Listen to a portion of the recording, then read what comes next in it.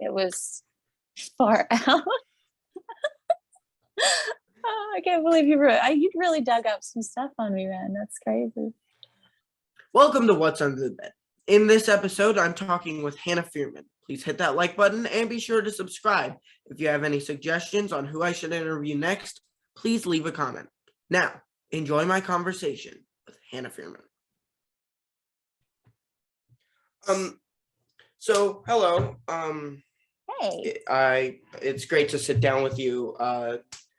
So you're Hannah FIERMAN, and I'm gonna quickly for the audience say what you've been in and what you do in horror. You have been acting in films since you were a teenager and received international attention for your role as Lily in the horror anthology VHS. You've made other notable appearances in the VHS spin-off Siren, The Unwanted, St. Agatha, and television series like Creepshow, Vampire Diaries, and the British comedy Toast of London. Lately, you've begun directing and have a movie coming out called Dark Circles, which you directed. That's right. Yeah, you did your homework. Good job. So you were born in the United Kingdom and moved with your parents to Georgia at an early age. What was the reason for the move? I don't know. I was really young. I think it had something to do with my father. My father's American. He's from Brooklyn. And I think that they decided they wanted to be closer to his family. And so, yeah, but I'm not entirely sure why, actually. So is it true you trained yourself to lose your English accent to avoid teasing at school, but it sometimes comes back when you're angry? Yes, that is very accurate. You can ask any of my ex-boyfriends and they will tell you, oh, she's getting British. So you said your parents are natural storytellers and your mother is an artist. What was your house like growing up? It was a pretty magical childhood, honestly. I was never bored. I was always surrounded by some sort of creative project, whether it was a painting or a sculpture or a play or just making music together. Really, real talented bunch, those guys. Were there any children's stories or fairy tales that scared and excited you when you were very young? I really liked the Jabberwocky. That was one of my favorite poems when I was little. Yeah, and it was pretty scary for a little kid. My mom used to read to me before I could read, which actually I read pretty late because I'm very dyslexic. But she would read. She read the Odyssey to me, and I loved that story so much. Kind of a little grown up for somebody quite that young, but yeah, it was definitely one of my favorite stories. And let me think. I mean, all of Grimm's fairy tales are pretty freaky, especially if you read the original ones. They're just pretty gory. So it seems you've always wanted to be an actor, and your first live performance was when you were 3 years old. Do you remember the role? I do. Yeah, I was singing in French with this other little girl, and it was some sort of mashup sort of play with musical elements. And yeah, I was a total ham, and I loved it. And I actually still remember the song, which I think is kind of unusual. I don't think you're really supposed to have memories that young, but I remember the song, so there's that. So what I hear is you would gather the kids up around the neighborhood and perform plays for your parents. Were any of the plays ever recorded, and do any of those recordings still exist? Yes, we did this one Chaucer, the Wife of Bath story, and that was kind of grown-up content for such a bunch of young people, but whatever, we adapted it and put it on for our parents, and it was so bad, but it was so funny too. And I kept hysterically just losing it because everybody kept screwing around and forgetting their lines and coming in at the wrong times and stuff like that. And it is epically silly.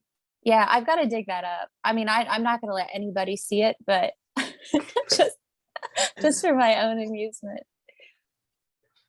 Were there any movies you would watch over and over when you were young? Like how young? Were there any special performances in a movie that inspired you? No, I mean, like, how young are you talking? Are you Oh, talking how young? like, Sorry, yeah. I thought that was a movie. Just when like under 10, under 10. Let's say under 10. Oh gosh, yes. Okay, so I was obsessed with Silverado, that Western. I was in love with Kevin Kline. I know that's a bit odd, but me and my brother, we would watch Silverado over and over and over again. I know all the words. And Princess Bride, my favorite movie of all time, especially when I was little. And I loved 101 Dalmatians and the animated version of Robin Hood was a big household favorite just because of Prince John. He was so epically far out with that accent and just so evil. Yeah. So those are my favorites. Yeah. Were there any special performances in a movie that inspired you? Oh my gosh. I just got surprised with an awesome gift. Thank you. That's crazy. We just brought it up. What was the question again? I'm sorry. Were there any special performances in a movie that inspired you? Oh yeah, yeah, of course. I mean, well, in Princess Bride, I really loved the guy that played Indigo's performance, and I thought he was not only the coolest Spaniard I'd ever seen, but also, one of the greatest swordsmen that ever lived. So, I think that well, like I said, Prince John's performance. I don't remember the guy's name though. I mean, I know he's long dead, but that voiceover actor, oh my gosh, like it's like, oh, I don't know. Have you seen it? I have. Ever? Yeah, it's so good, right? I saw it when I was very young. So I loved him too. Let me think. Well, okay. I've just always been a big fan of villains. They're always my favorite. I always root for the underdog, and I thought, gosh, I just like, yeah, pretty much all the villains. But I really loved Ursula. I thought she was really good and sassy. And I don't know that woman's name either. And I'm trying to think of a real life actress that really inspired me when I was little. Let me think.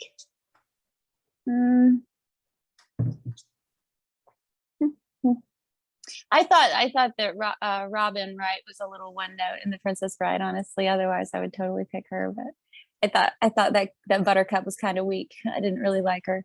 Yeah, I guess that's it. If I think of somebody else, I'll let you know. So you've said you didn't watch a lot of scary movies when you were young. Did your parents have any restrictions on what you could watch? Well, no, it was mostly just because I didn't want to watch things like, I mean, yeah, my mom didn't want me watching Moonlighting or whatever, but I still did whenever I was at, other people's houses or by myself. She steered me away from soap operas, which I think was a good call. That's pretty much trash, but all of my friends would watch those with their parents, and they would just get so dramatic about stuff. And my mom's like, see, that's what happens when you watch Jerry Springer and things like that, and it's just like, okay, I don't want to be a redneck. I guess I won't watch that. And but my father, he is a huge horror fanatic. Well, not a fanatic, but a big fan of the genre. And he tried to get me to watch The Shining when I was really, really young. And I just ran out of the room screaming. And I remember a few episodes of that movie show V. Like, I'm totally dating myself. Not the second TV series, but the original one. The lizard people with their skin peeled off. Do you know what I'm talking about? Yeah, I do. They eat tarantulas and they eat the mice's heads off. And yeah, that I was watching that with my father, and it just, whoa, that just terrified me. And honestly, I think that what's that? Scully and Mulder. What's the name of that one? X-Files. I remember being horrified. yeah, super scared by X-Files too, like way up into my teenage years. I was just like, can't watch it by myself. So what do you think is a good age for kids to explore horror movies? Well, I think it all has to do with the individual. Like a lot of people can separate the fantasy from reality a lot more easily than others. Yeah, so I mean, I would just have nightmares and had a very active imagination, and get a little carried away. And but I know plenty of very good, wonderful, functioning adults who watched the scariest, gnarliest shit when they were very, very young, and they're wonderful, sympathetic individuals. So I got nothing. So most people know you from your acting and now directing, but you are a fountain of creativity. You paint, you sculpt, you write, and you sing. What inspires you to express yourself and with one of these outlets rather than another? Well, I like them for different reasons. Like I like collaborating when I'm making films, particularly with very specific people that I enjoy working with. And but then sometimes it's nice to be able to create things entirely on your own, which would be, sculpting and painting and you know, things like that. That you don't have to hire a whole production team to pull off. So I heard that you had a punk rock band. First, what is the name of it? Second, can you tell me about singing in one? So I never tell anybody the name of my band in high school because it's so stupid. I don't tell anybody. But it was what was it like? Is that what you were asking? Yeah, what was it like? Oh, everybody should have a high school punk band or whatever the equivalent to punk, like lively music when the young people like these days. I don't know. But yeah, oh, it was so much fun. It's just like the bond that you have with these people is just so epic and hopefully lifelong. Like I didn't have any major falling outs with any of the guys. And we still keep up with each other today. And yeah, my rhythm player dropped off the face of the planet for a few years, but luckily they found him in a ditch and it was fine. I'm just kidding. And yeah, it's just a wonderful outlet. It's better than a lot of the other things teenagers could get into. So So, do you think there's more songs that have been written about love, lust, or heartbreak? I don't know. Do you have the answer to that? No, I'm wondering what you think. We're gonna have to Google this. I would say there's more songs about love. Yeah, and I think I think probably because I mean heartbreak and love and in many ways lust are all kind of similar in many ways. So whoops, shit, I think I lost you. Hold on, there you are. Right, can you see me? Yeah, I can see you. Yeah, sorry, I was getting some pop-ups. So yeah, I think love. So I have found some of your paintings and you really paint beautifully. Oh, And thank you. I have two paintings. One of them is called Naked Girl. Could you talk about it? You printed out my paintings. Oh my gosh. Yes, I painted that in college in like 3 or 4 hours. I just couldn't sleep one night. And I had some acrylics and I was just like, and I thought it turned out really well. And actually it was my brother's favorite of all my paintings. So I just gave it to him. And yeah, so did you find that on Action Artwork Rental? Is that where you found it? Yes, Yeah. that's exactly where we found it. Those guys are great. So they basically make prints for me. And whenever a movie production needs a painting of some sort and the production wants my style, they print out these posters and give them to the production for a certain amount of time. And I get 20% of that. So it's like this wonderful little gift that keeps on giving. So I have another one. It's a painting that you called Self. There's a lot of there's a lot of emphasis on the eyes, and your eyes are striking on screen and in person. They're your signature. But I've heard you describe them as freaky. Body image affects so many teenagers these days. Were you ever made to feel self-conscious about your eyes? Oh, frequently, and not just as a teenager, like my entire life. It's like the first thing that people talk about when they meet me, and it's really obnoxious. But I think I've nominalized the freaky aspect of it. Yeah, but I'm not worried about it anymore. But yeah, it was a real hurdle when I was younger. Absolutely. And that's why I became a huge fan of Helena Bonham Carter, not just because she's a fabulous actress, but also just because, oh, her eyes are too big too. So you landed your first film role at 17 on a movie called Crooks. What were you like as a teenager? Oh, I was a complete pain in the ass. Yeah, real immature. Ooh, I don't know. I don't know why they hired me really, but I'm glad they did because I had a really fantastic time working with those guys. And I'm still friends with Ben Morgan, who was the writer director of Crooks.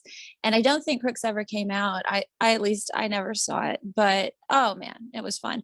And it was mostly stand-up comedians and improvists that I was working with. And those guys made me completely nuts because they wouldn't stick to their lines.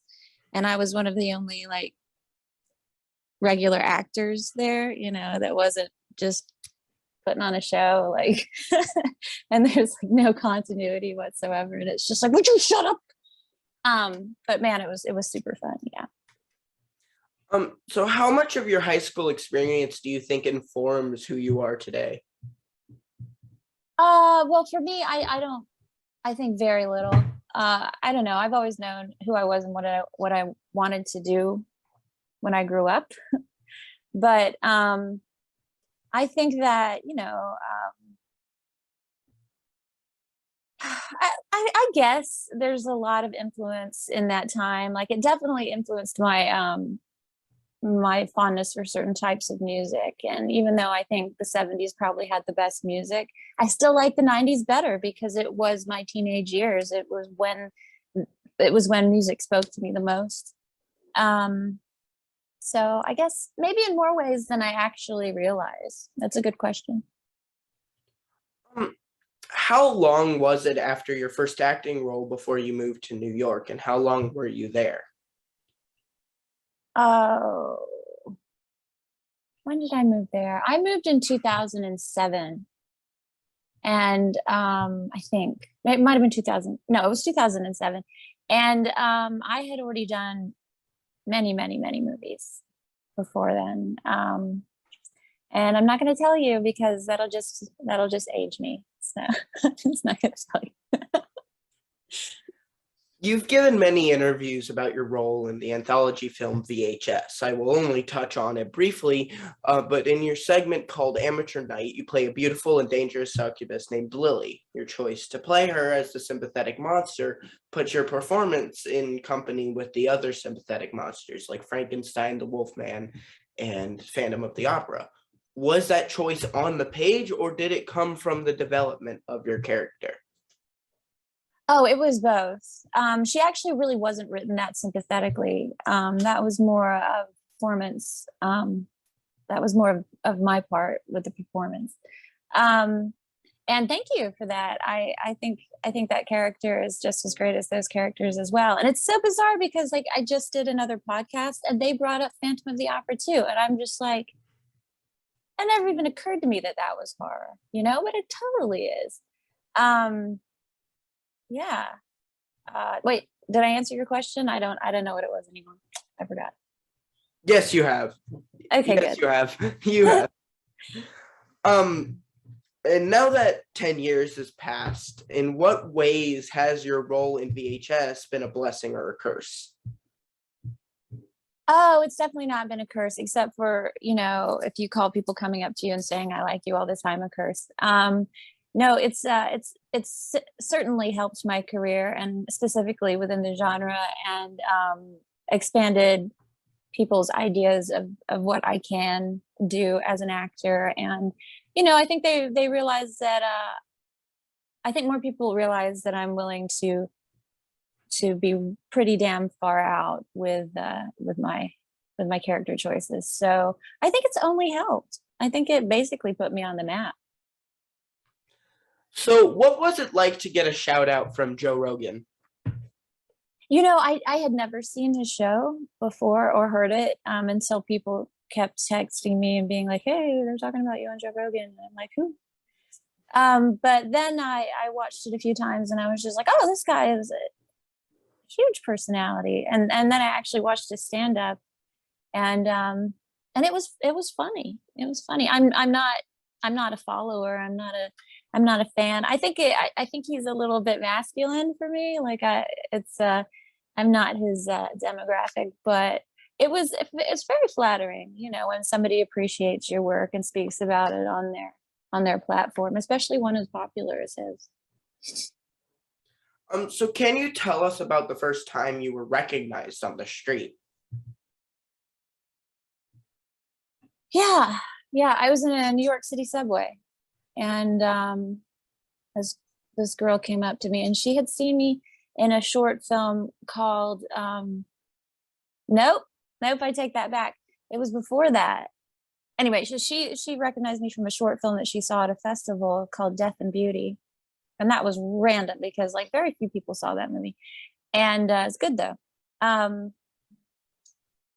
The first time I got recognized was actually from my audition from Crooks.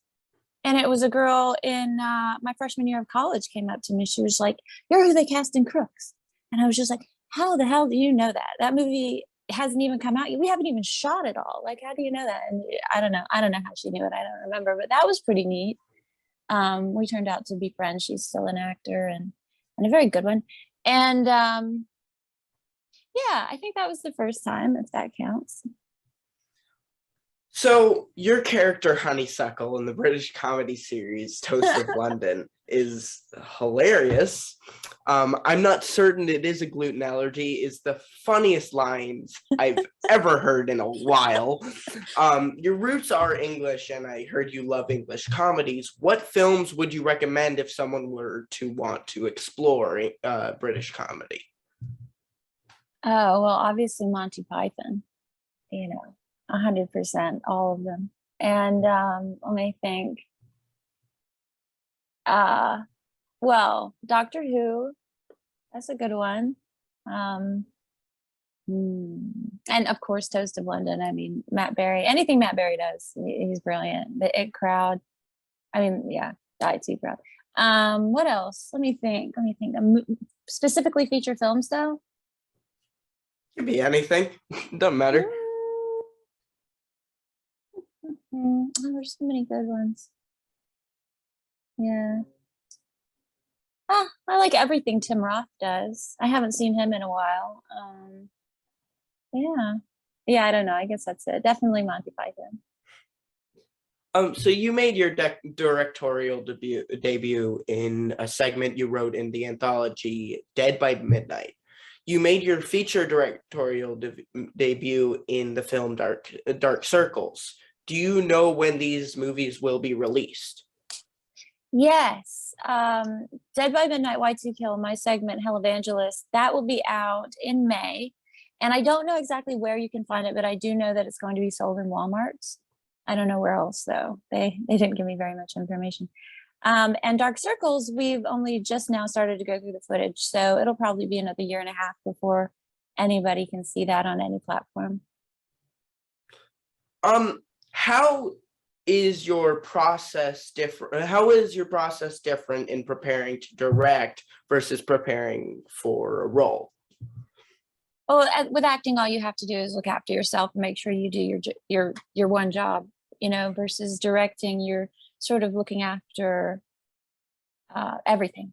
Everything is your responsibility in some way or another. And so I pay attention to every different aspect of filmmaking when directing versus, when I'm preparing for acting. It's just It's just such a sweet gig. It's just so much easier. So you're an actor and a director, and so what do you wish actors understood about directors, and what do you wish directors understood about actors when they're trying to direct them? Um, well, definitely be actors be very, very nice to your directors, because they are under a lot of pressure and they have to think about a lot more than just you. And you know, a lot of actors can be quite self-centered, and so definitely maybe take it back a notch and try not to be a jerk. And I think actors to directors, um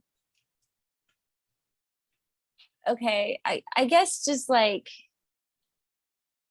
don't be surprised when they're amazing, because it's really offensive. Like, it's just like, why the hell am I here, you know? If you didn't know I could do this thing, like, why'd you hire me? Like, did you watch my audition, bro? You know, like, so I just got that so many times from from my directors, where they were just like, oh, I didn't know you could do that. And I'm just like, what do you mean you didn't know I could do that?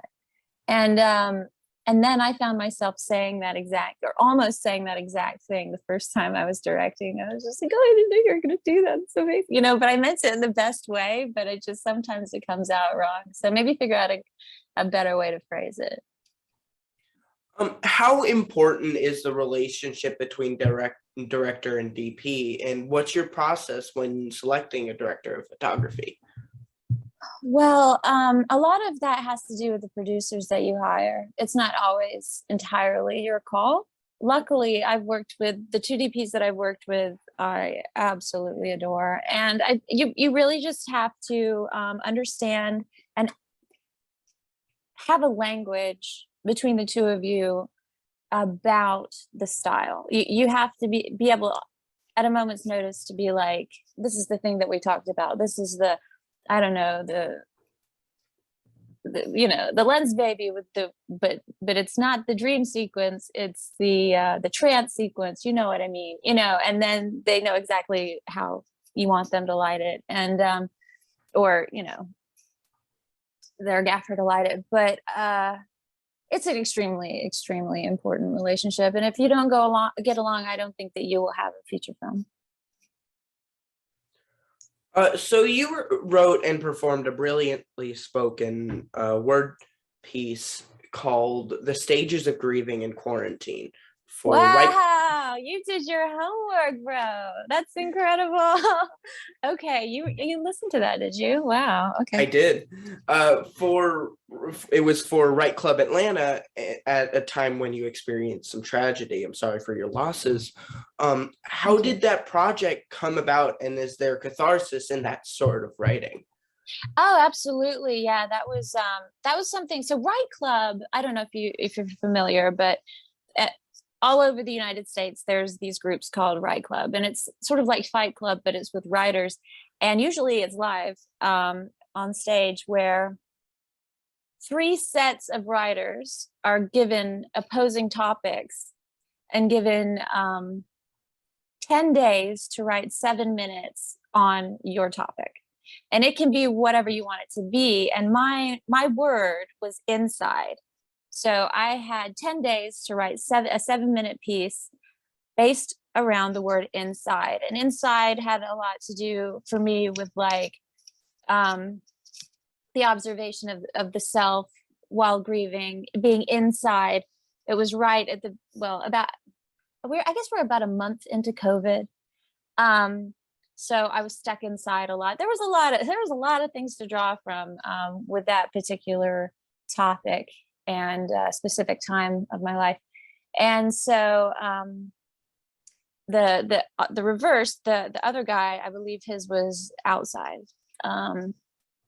And so basically you compete with one another by applause, and whoever gets the loudest applause wins.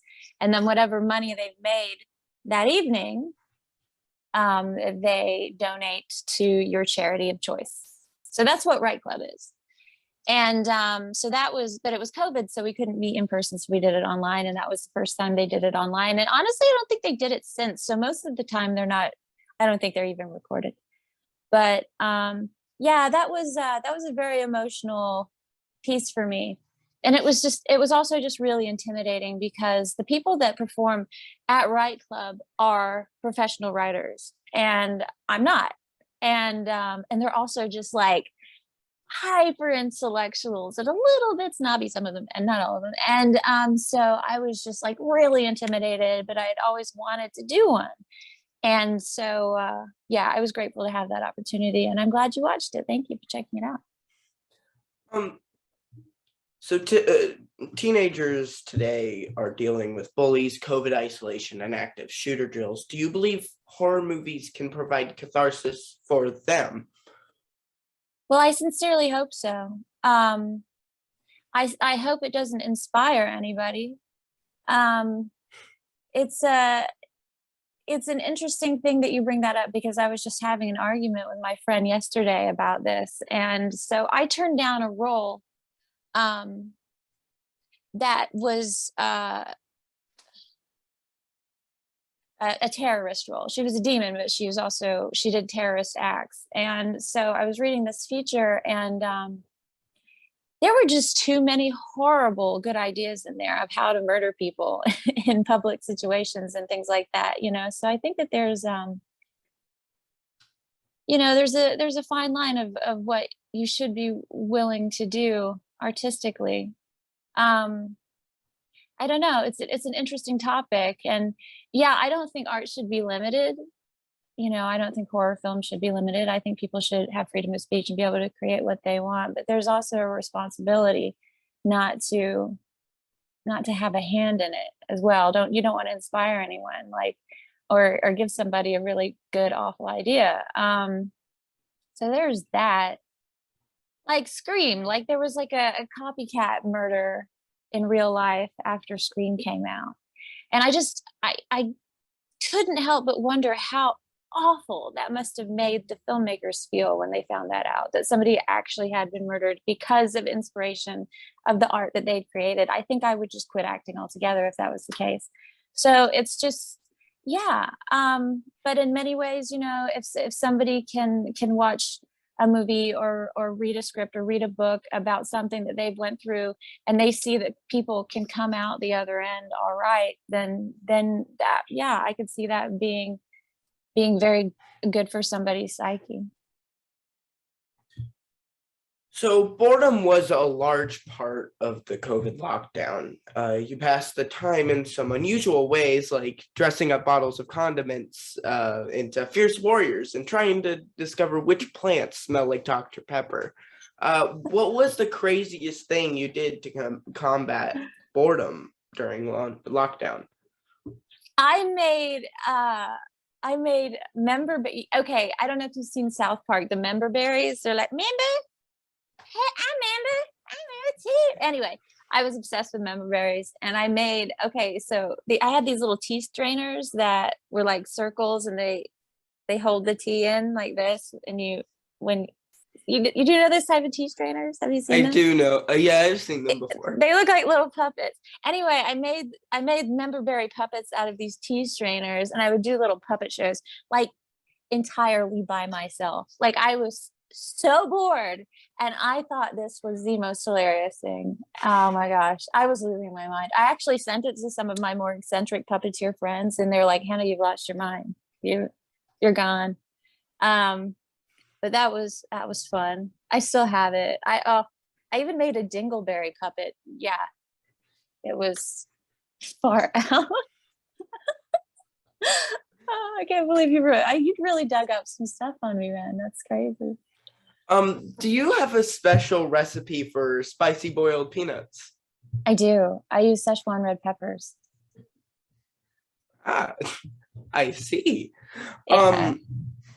So would you rather be a porpoise or the president of the United States? Porpoise, 100%. Do you What prefer... about you? What about you? Would you rather be a porpoise or the president? I think porpoise. Yeah, they have I don't exactly like that kind of power. I know it's not much power, but it is still power, and I can tend to get power trips. I won't vote for you then. Do you prefer film or digital? Digital. It's way less stress. Do you prefer watching a movie at home or in the theater? In the theater. I really like the drive-in too. I think that's fun. I like to watch really dumb movies at the drive-in. Do you prefer slow zombies or fast zombies? Oh, slow. Do you have a favorite romantic comedy? Princess Bride. So I heard you're an avid reader. This last question is a Sophie's choice. One lives and two dies. The Chronicles of Narnia, Harry Potter, or Hitchhiker's Guide to the Galaxy. Which one lives?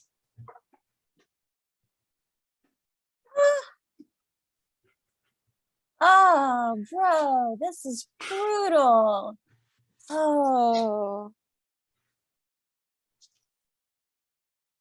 I guess Hitchhikers lives. You made me murder my babies.